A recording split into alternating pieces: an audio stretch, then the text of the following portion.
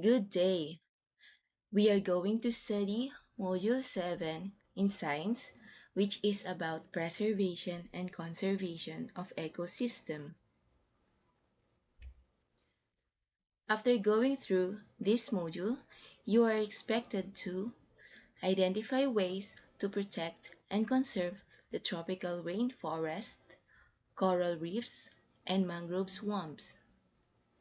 Explain the need to protect and conserve tropical rainforests, coral reefs, and mangrove swamps.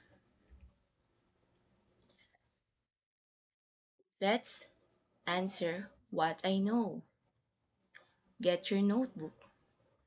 Choose the letter of the best answer. Write your answer in your notebook. 1. Which statement best describes conservation? A. Use of natural resources. B. Maintaining the life of ecosystem. C. Wise use and preservation of resources. D. Utilizing of Earth's resources. The correct answer is C. 2. Which human activity contributes to the destruction of forest? A. Reforestation. B. Deforestation. C. Protecting the forest against harmful activities. D. All of the above.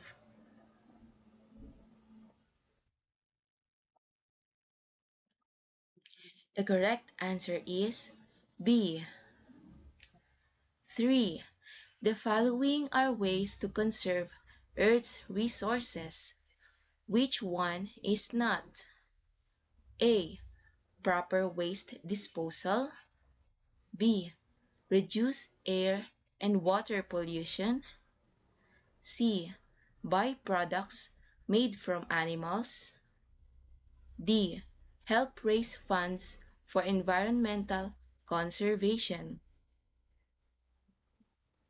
The correct answer is C. 4.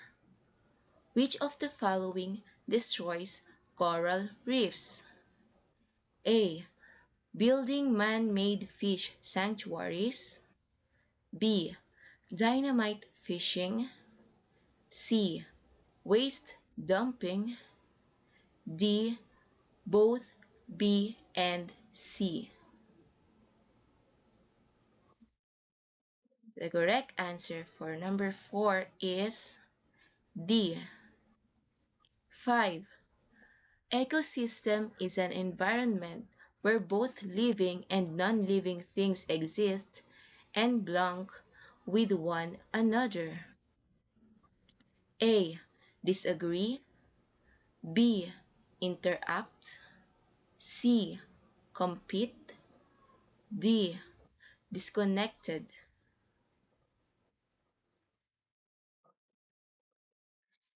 The answer is B.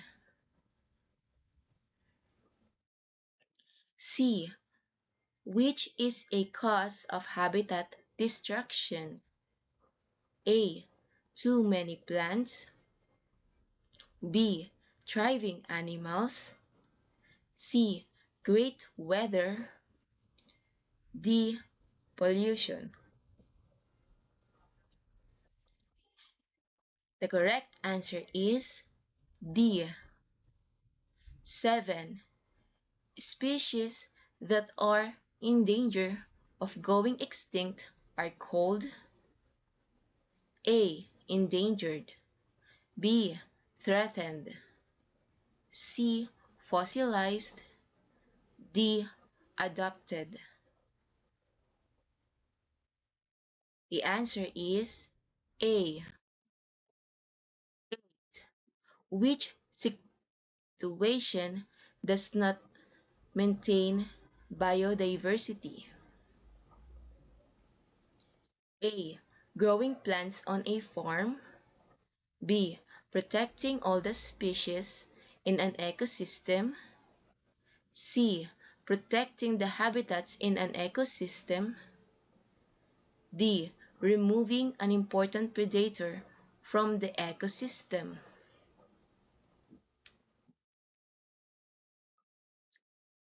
The answer is D. 9. When we cut down trees, what do we do to the habitats of many living things?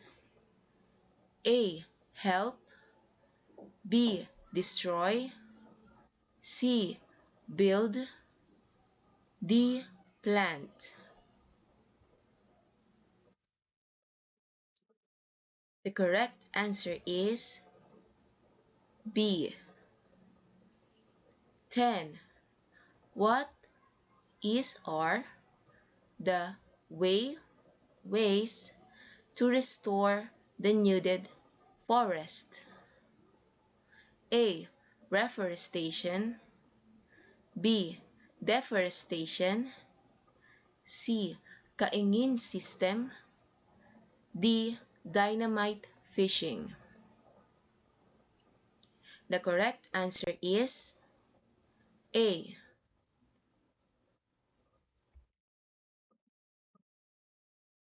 Did you get all the answers correctly? If yes, that is good. And if no, it is okay. Now let's continue to the lesson. Protection and conservation of ecosystems. Forest, coral reefs, and mangrove swamp ecosystems need to be protected and conserved. We need to give importance to these ecosystems because they provide us with our needs. Let's answer what's in. Write PC if the following statement shows protecting and conserving tropical rainforest, coral reefs, and mangrove swamps, and write N if not. Write your answer in your notebook. Number 1. Replanting trees in the ecosystem. The answer is PC. 2. Striking or touching a coral reef. The answer is N. 3. Helping organizations dedicated in protecting and conserving natural resources.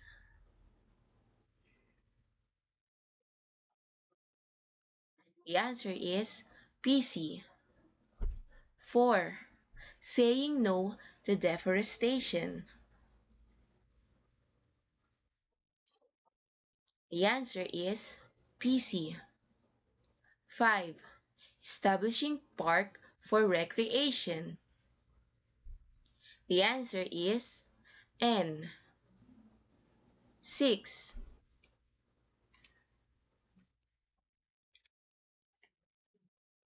Maintaining sustainable limits in logging.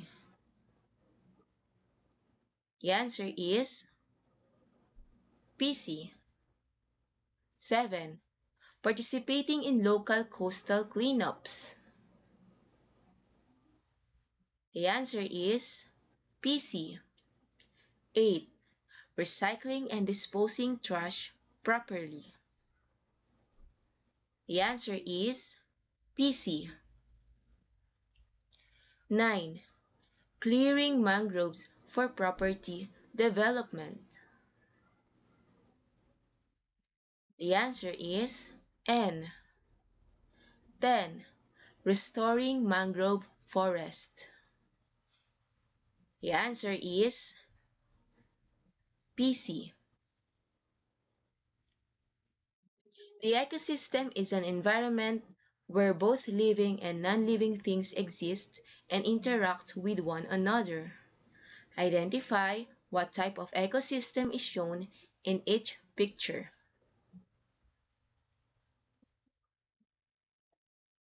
This is a tropical rainforest.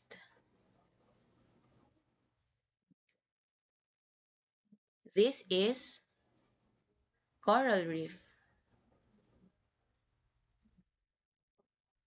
and this is mangrove swamp. The ecosystem is an environment where both living and non-living things exist and interact with one another. Examples of ecosystem are the tropical rainforests, coral reefs, and mangrove swamps. A tropical rainforest is simply an area where tall, mostly evergreen trees grow and with high amount of rainfall. Coral reefs serve as habitat for many animals. They are breeding ground of marine life. They are composed of non-living components such as water and sand, and living components such as fish, crustaceans, mollusks, cnidarians, sponges, and echinoderms. Mangrove swamp ecosystem is composed mostly of mangrove plants and animals like crustaceans and migratory birds. It is an important ecosystem that allows for the breeding of fishes and survival of other marine animals. It is also a part of the coastal and marine ecosystem. Today, tropical rainforests, coral reefs, and mangrove swamps are disappearing from the face of the globe. Despite growing international concern, these are continuing to be destroyed. These destructions have a global impact through species extinction, the loss of important ecosystem services and resources. However, these destructions can be slowed, stopped, and in some cases, even reversed. We need to protect and conserve the Earth's resources. We need to give high value to our tropical rainforests, coral reefs, and mangrove swamps. Here are some ways to protect and conserve these natural resources. 1. Habitat restoration. 2. Reforestation or replanting a forest. 3. Mangrove rehabilitation. 4. Wildlife conservation, which includes protecting a sanctuary where animals live. 5. Supporting projects of the government and non-government organizations that protect tropical rainforest, coral reefs, and mangrove swamps. 6. Joining organizations that conduct educational campaigns and give information on how to protect and conserve our ecosystem. Let's answer what's more. Read and understand the following statements. Write your answer in your notebook. 1. Give at least 2 ways on how to protect and conserve living organisms found in the tropical rainforests, coral reefs, and mangrove swamps. 2. Explain why we need to protect and conserve the following: tropical rainforest, coral reefs, and mangrove swamps of the Philippines. Let's answer what I have learned. Complete the statement below. Write your answer in your notebook. I have learned that tropical rainforests, coral reefs, and mangrove swamps are some examples of blank. Hence, they should be protected and conserved. There are some ways to protect and conserve our ecosystem, like habitat restoration, blank, blank, blank, and blank. So you have to provide 4 other examples. And wildlife conservation.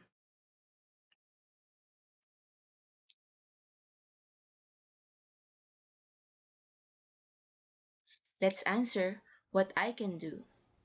Read and write your ideas on the following. Write your answer in your notebook. 1. Provide at least 3 major threats to tropical rainforest. 2. Mangrove forest had been classified by many governments and industries alike as wastelands or useless swamps. Do you agree with that? Why? And 3. The coral reefs around the world face threats from climate change, overfishing, and pollution. As a grade 6 pupil, how can you help protect or lessen the threats for the coral reefs?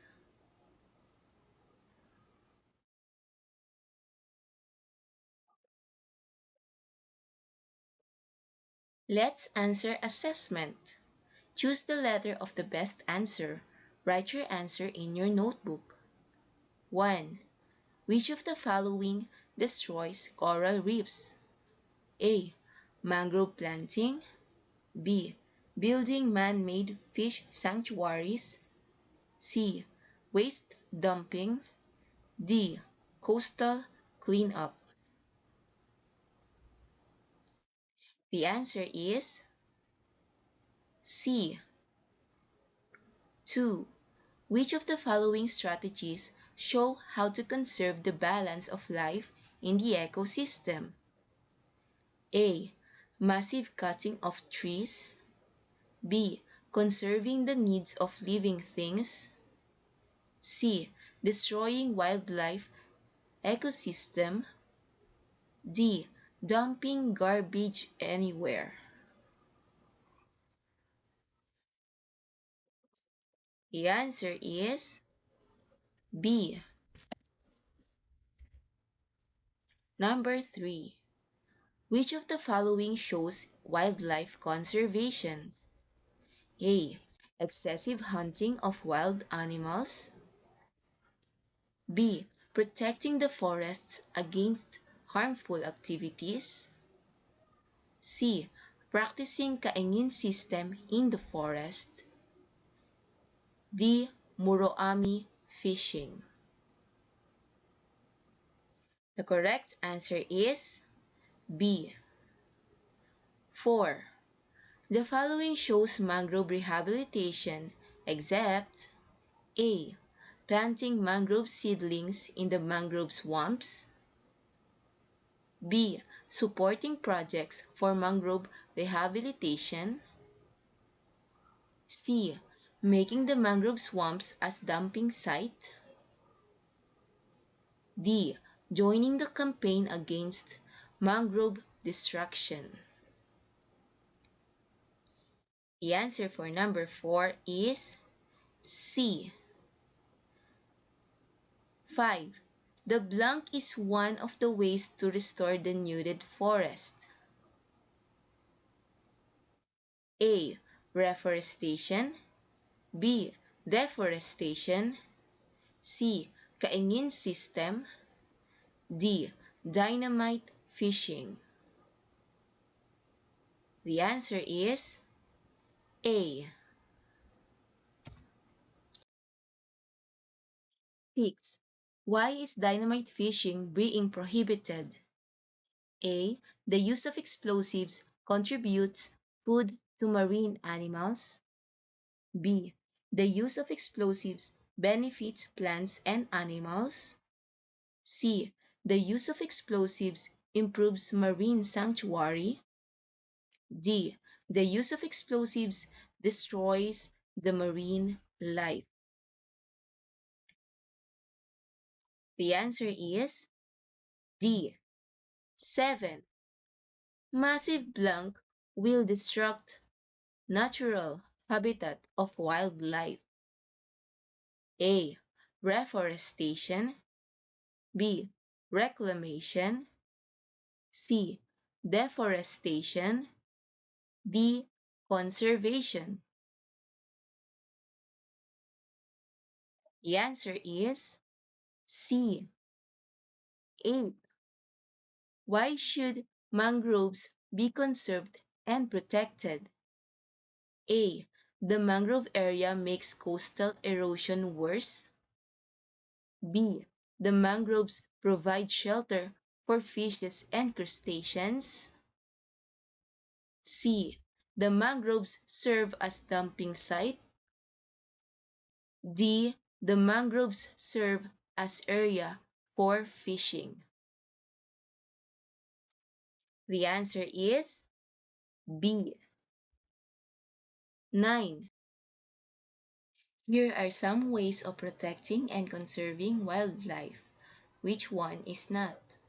A. Byproducts made from animal parts. B. Protect a fish sanctuary. C. Support programs for wildlife conservation. D. Help raise funds for environment conservation. The answer is A. 10. What areas or places where fishing and hunting are prohibited? A. Rivers. B. Swamps. C. Coastal. D. Sanctuaries. The answer is D.